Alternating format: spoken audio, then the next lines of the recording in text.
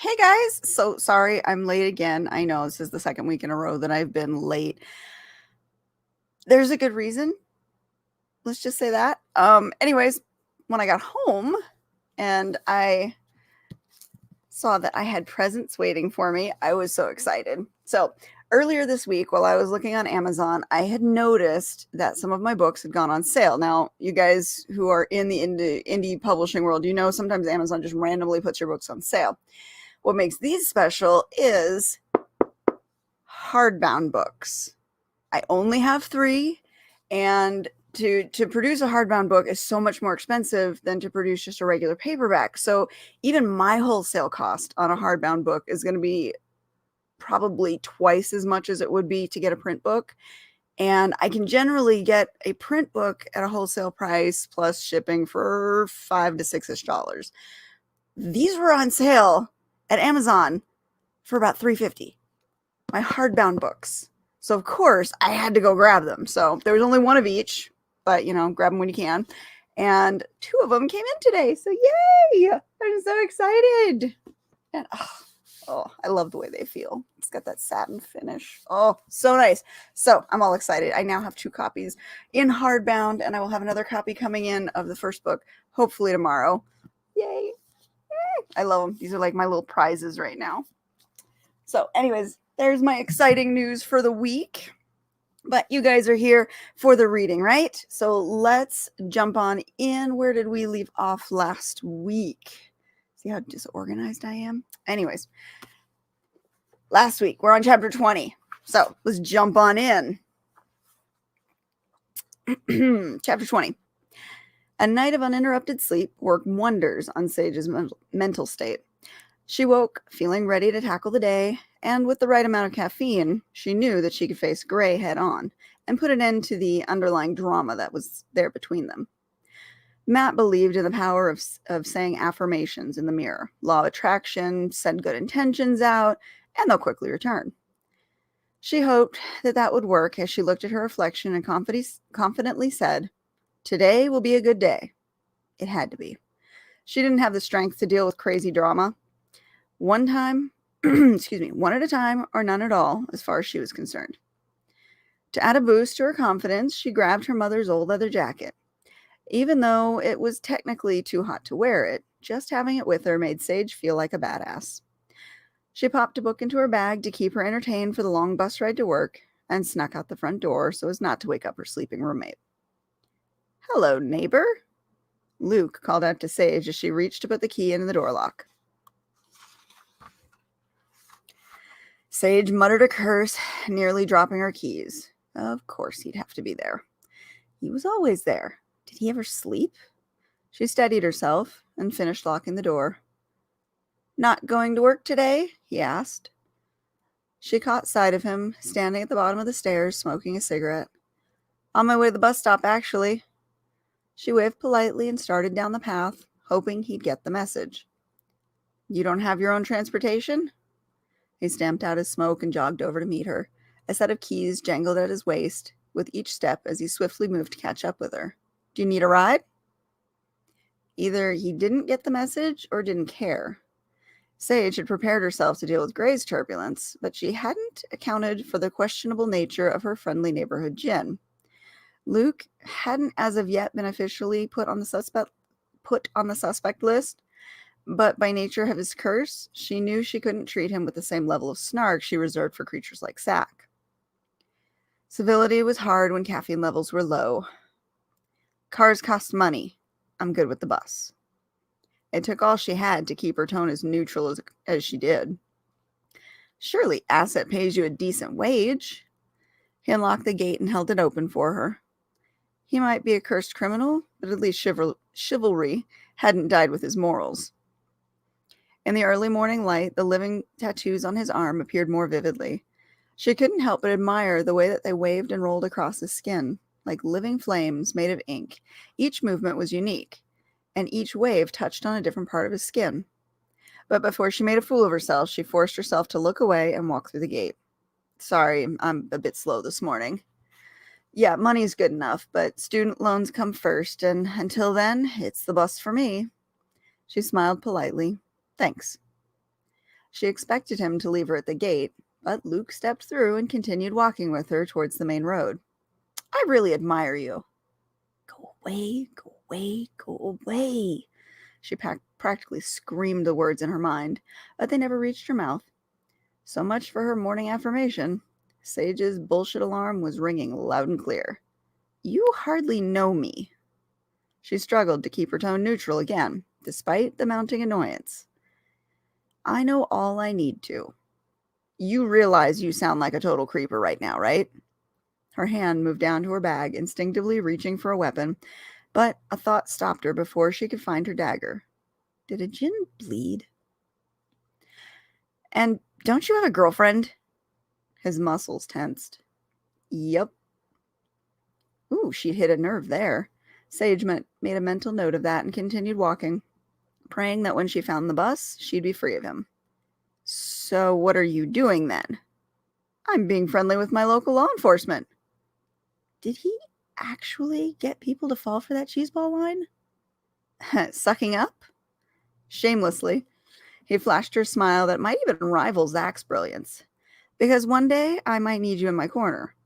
That last statement rang true. He was hedging his bets through an attempt at friendship. Isn't the point of law enforcement to protect those who need it, not those who try and weasel their way into favors? See, that's exactly why I like you. Laughter followed his words, but she didn't believe him. You're fresh and unjaded, no prejudice. You shoot from the hip and you speak your mind.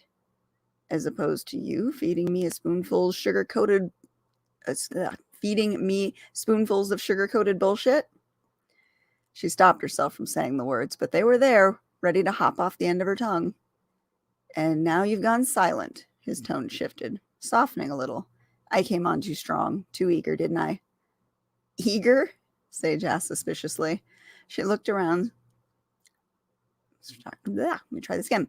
Sage asked suspiciously. I have problems with S's today, apparently.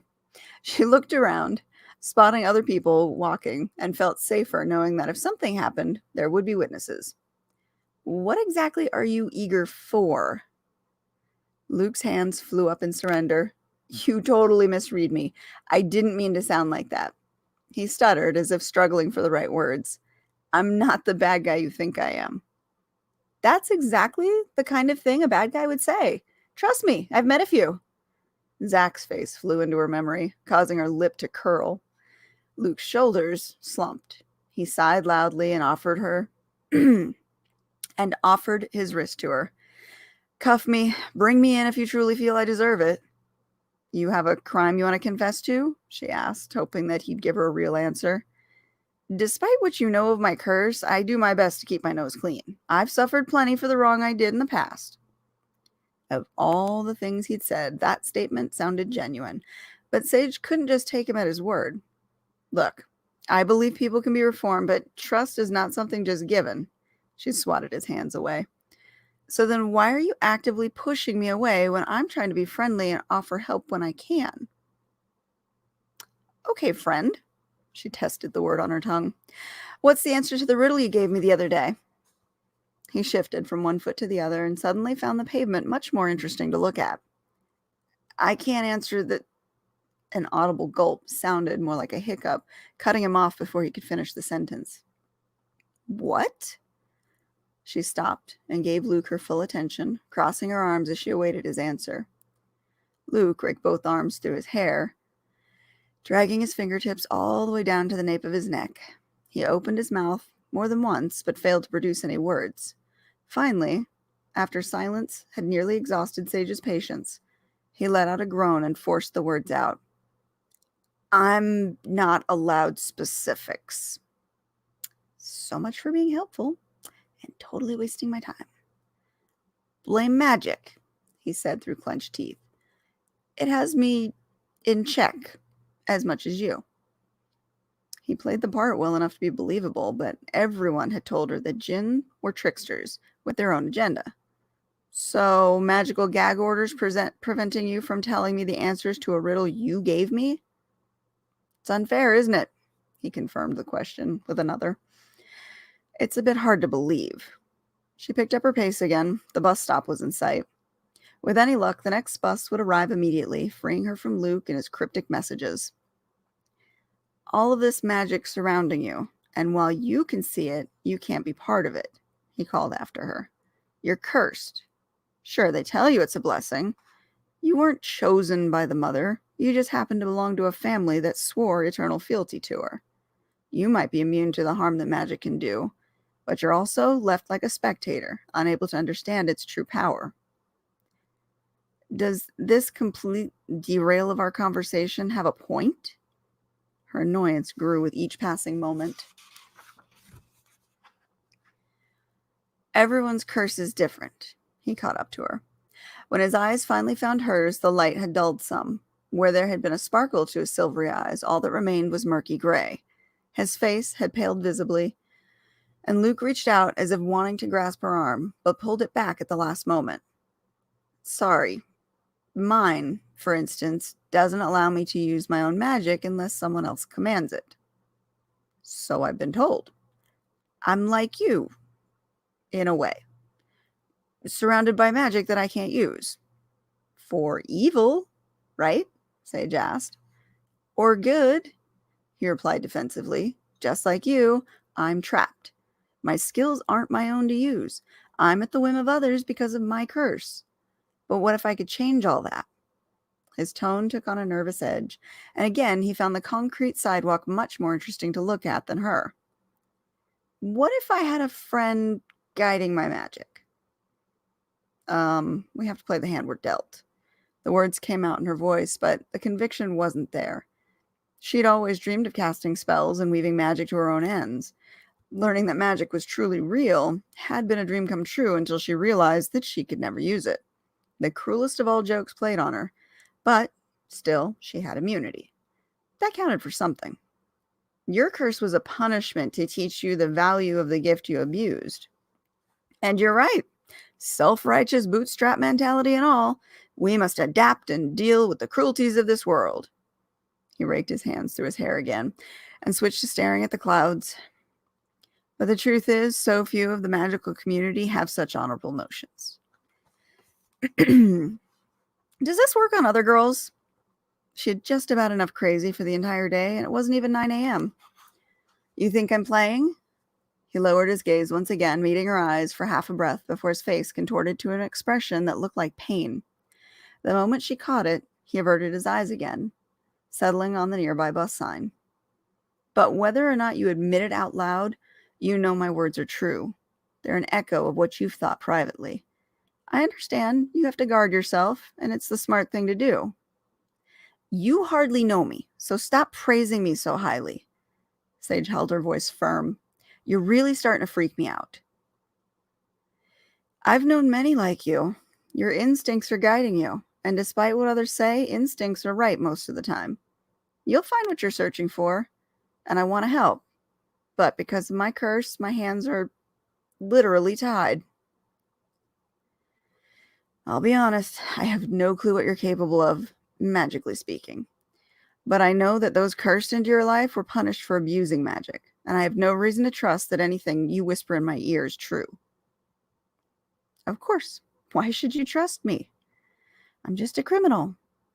But have you ever considered that some criminals are falsely accused? Okay, you're going to have to try way harder than that lame excuse. I don't need you to trust me. What I offer is use of my powers in aid of your investigation. Why? In service, I might one day have paid my debts and be released, Luke replied. She couldn't determine whether he was speaking the truth or not.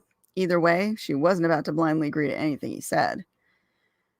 Consider how much more good could be done with both your immunity as well as my defensive magic. He rounded in front of her, and those silvery eyes met hers again. The color had returned. Whatever struggle that he'd been having the moment prior seemed to have ended, and his whole face brightened, and the beginnings of a grin lifted the corner of his mouth. Magic comes at a price, Sage countered, with all her best poker face. You're assuming the cost is too high? And that's where you lose me. Sage slammed hard into reality. The sales pitch he gave was too obvious, And the moment payment became part of the conversation, he'd lost. Consider your options, he said.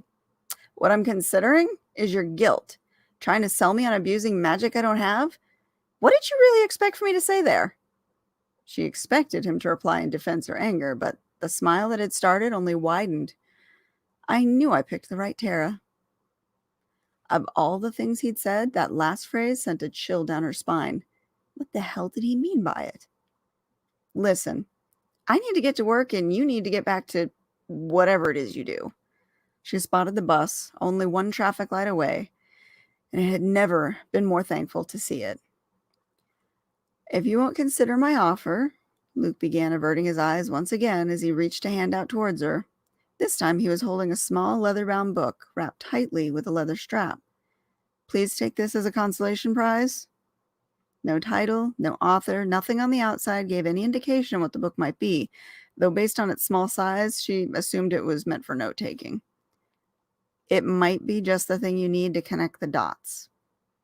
Her first thought was to ignore both him and the book and jump onto the bus, but given the strange way that he'd been acting and the clear shifts in his demeanor when he looked at her and when he didn't, she suspected that the magical gag order might be a real thing. She took the book and skipped the short stairway into the bus. In the back of her mind, she heard the echo of Gray's taunting. She might be making yet another newbie mistake, but at the moment, it seemed to be the lesser of two evils. She swiped her bus pass on the card reader and searched for a seat. Luke, thankfully, didn't follow. He waved as she took her seat and mouthed, "Happy reading," as the bus pulled from the curb. On to chapter 21. What took you so long? Gray met her at the elevator, shit-eating grin plastered across his face, clearly pleased with himself for forcing her extended commute to work. First bus I caught broke down. Sage fought the urge to smack that stupid fedora off of his head. But before she sent her hand flying, she remembered her roommate's advice and wisdom. Gray was the shark, feeling inferior, acting out of jealousy. It was up to her to play it cool. She nibbled at her bottom lip innocently for a moment and slowly lifted her gaze to him. Sorry to inconvenience you. I'm here now, though. What's the plan? Do I have time to grab a quick coffee before we start? His brow furrowed. Gray stood speechless for a moment as if unsure how to react. She chuckled to herself. He probably hoped his little stunt would give him a chance to lecture her on work ethic or whatever it was that made him a great agent. Not only has she robbed him of his grandstanding, she'd done it with a smile. And by the looks of it, that was an even better revenge than giving him a piece of her mind. Oh, and did you want some coffee too? She added with as much saccharine as she could into her voice. No. A muscle twitched at his jaw. We need to retrace our steps today. I want to have another chat with Sylvia. He crossed his arms, still staring at her like a confused puppy. And if we have time, Marin, too. Excellent idea. I think you're onto something with Sylvia. She had to fight keep a straight face as she praised him, even more as her words caused Gray's face to flush. But first, coffee. You go ahead. Make it quick, though. He stepped back, leaving a wide berth for Sage to walk past him. I need to grab the file. I'll meet you in the break room in 5. That had gone much more easily than she'd anticipated. Who knew that killing with kindness could be so satisfying? Sage walked into the break room and found the coffee pot empty. Just her luck. She grumbled at first, but stopped herself from falling into that trap. She told herself right from the beginning that this was going to be a good day. Weird, but good. And so far, it was going exactly that way. Shifting her perspective, she tried to focus on the bright side. Making a fresh pot meant she could brew it as strong as she liked and enjoy it fresh. She set her bag on the counter and started the ritual of rinsing the pot, loading the filter, replenishing the water. Somewhere during all that motion, she'd managed to knock her bag down, and the contents spilled on the floor. So much for the bright side, she sighed. Bad morning? Devon's voice caught her off guard. Just need more sleep and caffeine, she answered. Those two don't exactly work well together, you know. Devon bent down to help her pick up her bag. Without one, however, the other is much more than necessary. Sage crouched and grabbed her deodorant and wallet and cell phone, shoving them quickly back into her bag. Devon snatched up the old leather-bound notebook before she could retrieve it. Is this yours? Not really, Sage answered nervously. She hadn't had a chance to look at it, fearing some kind of magical retribution if she opened it in public. Devon, it seemed, had no such reservations. He opened it before she could stop him. Sage flinched, but nothing happened. Just a book, she whispered thankfully. Devon's brow furrowed, and he flipped through the pages, and the deeper he delved into the handwritten words, the more lines were etched into his features. Whose is this? Can you promise not to freak out if I tell you? Don't play games, Sage. Do you know what this book is? His tone had gone darker than she'd ever heard before. Yeah? No. The words were there, but putting them in the right order had suddenly become impossible. The Djinn? By the looks of this?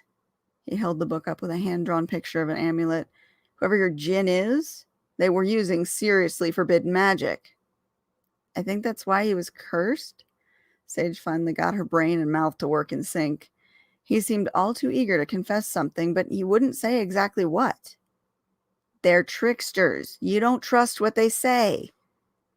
That's the point, she nodded. He gave that book to me as a clue. Devon's jaw dropped. He did what now? He said he wants to help me solve the case. She chewed on her lip, not sure how much to explain or how to explain the unusual way he was acting before he handed the book over, as if two different people were struggling for control over him. But he couldn't tell me the answers. One moment, he'd be friendly and open, and the next, he'd go Mr. Hyde and act all twitchy. But he did say this book would put the clues together. Magical gag order? Devon looked as if the light had switched on behind his eyes. Yeah, that's what I was calling it, she replied proudly. Must be another part of the Djinn curse. Whoever controls them might be exerting their will to some extent. If they wish the Djinn to keep their identity and intentions secret, then the Djinn probably can't speak of it. Well, that makes so much sense, she agreed. If you'd seen him, it was like watching a fight between two people in the same body. The anger in Devon's expression had dulled, but he still looked deeply troubled as he thumbed through a few more pages in the book. Remember that a Djinn is a trickster by nature. They may be bound by a magical contract to whomever controls them, but even so, they'll find their way to use any loophole they can to make sure their will is being carried out. Then you think he's tricking me by giving me this? The longer the conversation continued, the more confused she became. Her instincts had told her to take the book, just as her instincts had initially told her Luke wasn't evil. He'd praised her for her instincts. But maybe that was false, like the way she was being buttered up, or the way she was buttering Gray up to mess with his mind. If that were true, then she really was a stupid newbie. As much as she wanted to take the train to Depressionville, though, none of that rang true. Sure, she was impulsive, and she was very new to the magical world, but her instincts stood apart from her head and her heart. I'm not sure what to make of all this. It's definitely out of the ordinary, but for him to have handed this over to you, it does make me think he's being genuine about getting you to piece the puzzle together. Devon's lips pursed as he continued to scrutinize the pages. But what you'll find when the whole picture is revealed, I don't know if that's going to be answers or a trap. Answers, Sage said hopefully. The concerned look on Devon's face said it wasn't going to be that simple. Have you shown Ava yet? I haven't even had my morning cup of coffee yet. Cut me some slack. Devon handed the book back to her. Have Ava take a look at this and report the Djinn who gave it to you sooner rather than later. The coffee maker gurgled, giving Sage the perfect distraction from their conversation. She pulled the pot and poured herself a mug of fresh liquid energy. Gray appeared at the door. She was searching for creamer in the mini fridge. Please, take your time. We don't have anywhere to be. Maybe you want to sit and have some donuts with that coffee? Maybe a scone? Her charms had clearly worn off, and Mr. Passive-Aggressive had returned with a vengeance. I thought you were pouring a cup to go, not having a leisurely breakfast with Devon. Gray crossed his arms, taunting her with a look that dared her to say something stupid and start a fight. Sage let herself have a full, calming breath, remembering to kill him with kindness before she responded. You're so right. We have a lot to do today. I can fill a cup to go. Do you want one too? Sounds like you need one. Her reply earned raised eyebrows from both men in the room. And Sage smiled sweetly as she held up the coffee pot. Busy day? Devin asked curiously. Still on the missing persons case. Gray came over and grabbed the cup that Sage had just finished pouring him. He mumbled thanks and turned away, busying himself by adding sugar and creamer. We need to get moving. Still no leads, huh? Devin's question hung in the air as he eyed Sage. She hadn't mentioned the book to Gray yet. After Devin's warning, she wanted to take it straight to Ava, but Gray was her partner. Shouldn't she inform him first? Her mind had not been given the proper dose of caffeine to problem solve on that level yet. She snatched up her cup from the counter and burned her tongue as she drowned a gulp. Sputtering and moaning as her mouth went up in flames, she couldn't answer before Gray spoke again. I have some leads. We're taking a closer look at them today. Gray fixed the lid on his cup and took a sip. Don't worry, ma'am. We'll let you know if they start coming after A.S.S.E.T employees. Never had a doubt. Devin snatched up the pot and poured his own cup. But that wasn't my concern. The why is more important than the who at this point. Sage? I think you understand that, right? Sage feigned being unable to speak after burning her tongue. She mumbled as she waved goodbye and grabbed her purse to leave quickly.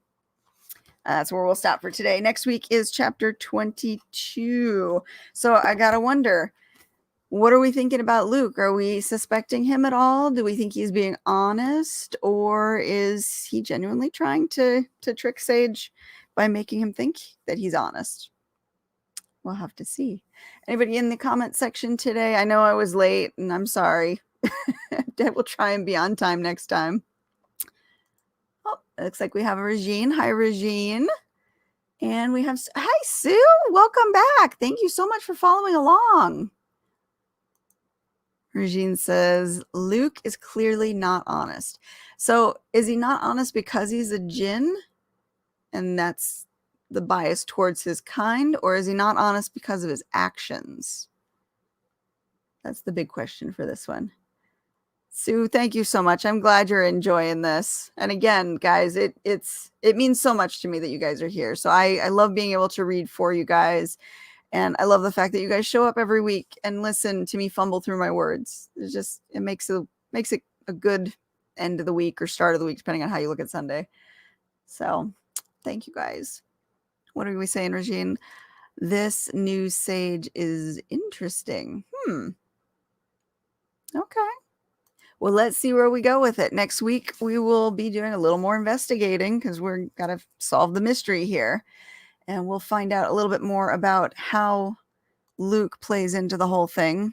He's very clearly not telling enough of the truth to be useful. Lies of omission. But if the magical gag order is causing that lie of omission, is he really lying? Gotta love a trickster. You never know what to expect from them or whether or not they're actually being truthful or not. Oh, thank you, Sue. I swear, you guys, that makes my day right there. And I can't wait to read next week for you. But I don't want to take up too much of your time. I know I don't like running these videos too long. You guys have things to do. So I appreciate the time that you do come here and listen. And I will let you get back to your day. Remember to take care of yourself. Do something to make yourself happy this week. And I will see you next week with another chapter.